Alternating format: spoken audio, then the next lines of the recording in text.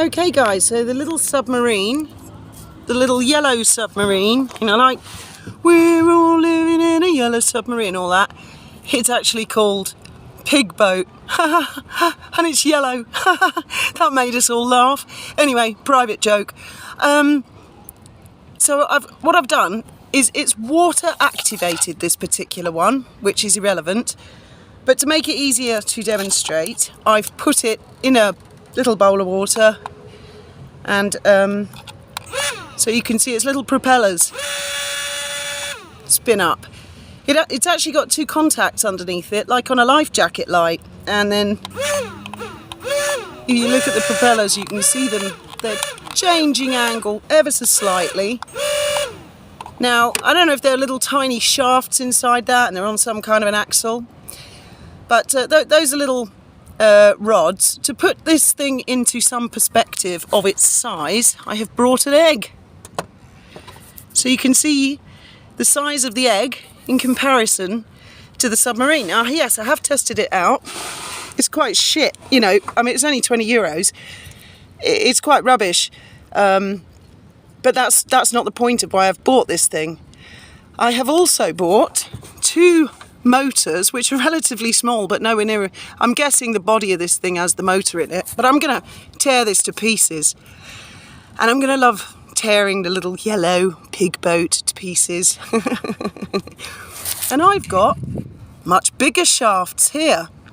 Obviously I'm going to build my way up. I only spent about €13 on a few components and a couple of motors, and there's some various other bits and pieces that come with it that I can mount. But what I'm going to do with Pig Boat here is I'm going to strip him, and I'm going to have a look at his innards and his how it all works. And he's got this remote control here, and the range on it, as you can imagine, is very, very short. This is for a baby, you know.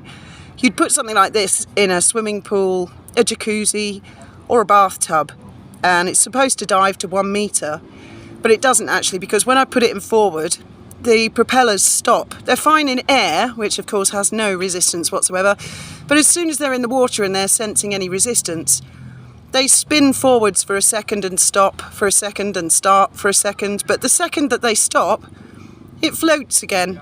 My ultimate ROV is probably not going to be very buoyant at all. It's going to sink like a pebble, because that's the way I'm going to design it. So that is phase one. Finally, this thing turned up.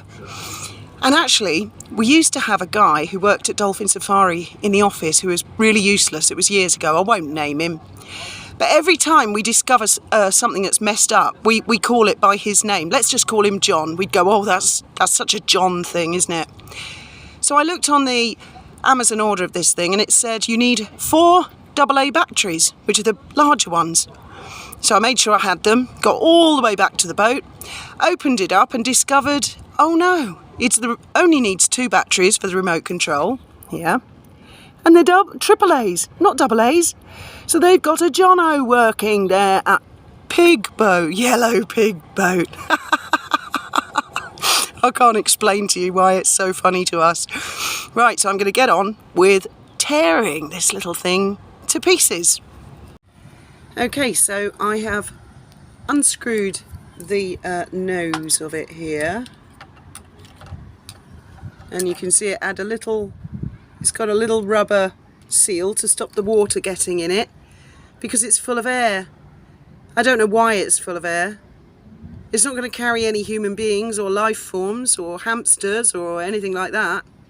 So I don't really understand that. I mean, I'm only a woman, right? Come on, girls. But we do think differently to chaps. And what chaps tend to do, I've noticed, they're very, very clever with electronics and mechanics. But they do tend to stick with the same old ideas for a long time. So anyway, that's the nose, and these two are feeding the lights, which are under here.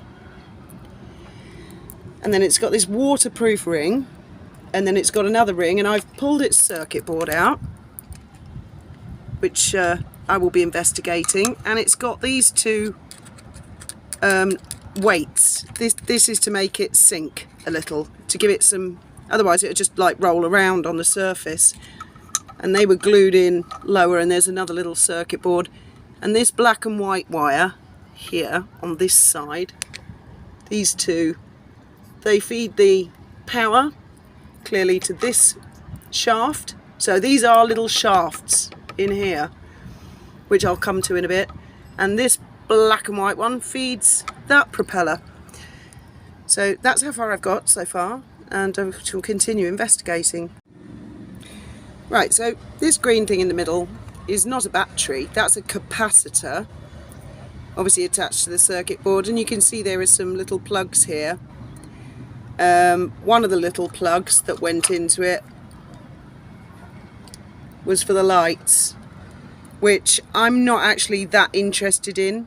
Well, I am, but my lights are not going to be anything like these lights. That looks like a battery to me, the big green thing. It's, I can assure you, it's a capacitor, Graham. Graham says this is a battery. It looks like a battery to me. I'm going to prove it to you. I hope you can read that because I'm out in the sun. I can't actually, I don't know if it's focusing on that word, capacitor.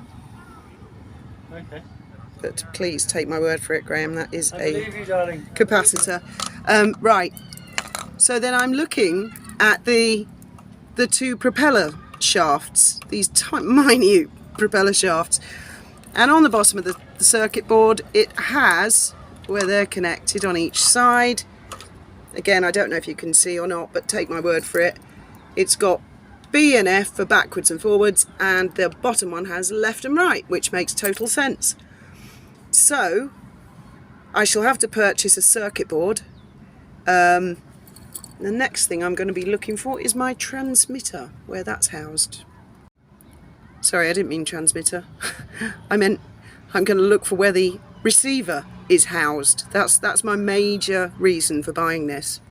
Okay, I've now taken off both little motors. These are tiny weeny, aren't they cute? Little electric motors. I've pulled the propellers off. You can see, who knew, one of my propeller blades has come off. And both my engines have come off. It's fatal. So I've established now, and I've cut away, this has been an extremely useful experiment. I've cut away a lot of the wires that I'm not interested in. What I'm interested in is how the reception works, you know, how it communicates with the transmitter. And the way it does that, it's operating on, I'm sure I saw somewhere here, 27 megahertz. But I can't see it now. Ignore the two silver things. The two silver things, that's where the red and black wire go to. That is the on-off switch. In this instance, they're using water, what's the word? You know, water switch on, dry switch off. I can't think. Water activated, like we have on the life jacket lights. It's got a couple of contacts, hits the water, makes a connection, and it's off, and you know, it'll at least got power. But that's, again, that's not going to be my on-off switch. Well, maybe, you know, I might use that.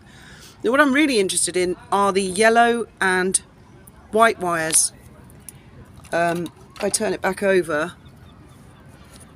they've got glue and they go into there, and then all of that plugs into the circuit board, and there's a little yellow tail here, and I'm thinking that's got something to do with the reception as well. I'm going to have to investigate that, obviously, because it's so small it's not labelled that much. So I've got a pretty bloody good idea right now of which components I need to buy for my eventual ROV, so that because that's communication with the submarine, as we all know, is critical. Otherwise my little ROV might disappear and I'll never see it again. It's going to be on an umbilical anyway to extend its range. So that's my thing. I've got lots to think about there, and there are lots of options on Amazon, and they're all incredibly cheap. And then once I've got my circuitry done and everything, I'm going to set it in resin. I don't care about air. No one needs to breathe on an ROV, an unmanned ROV. You don't need air. Air causes lots and lots of problems. You're just going to see how electronics deal with being set in resin. I would imagine they will still work, but Any electronic experts out there? Or I'll just find out for myself when I set them in epoxy resin. I might have to rethink that idea. But if I can avoid having any air in the ROV whatsoever, all the better for lots of different reasons.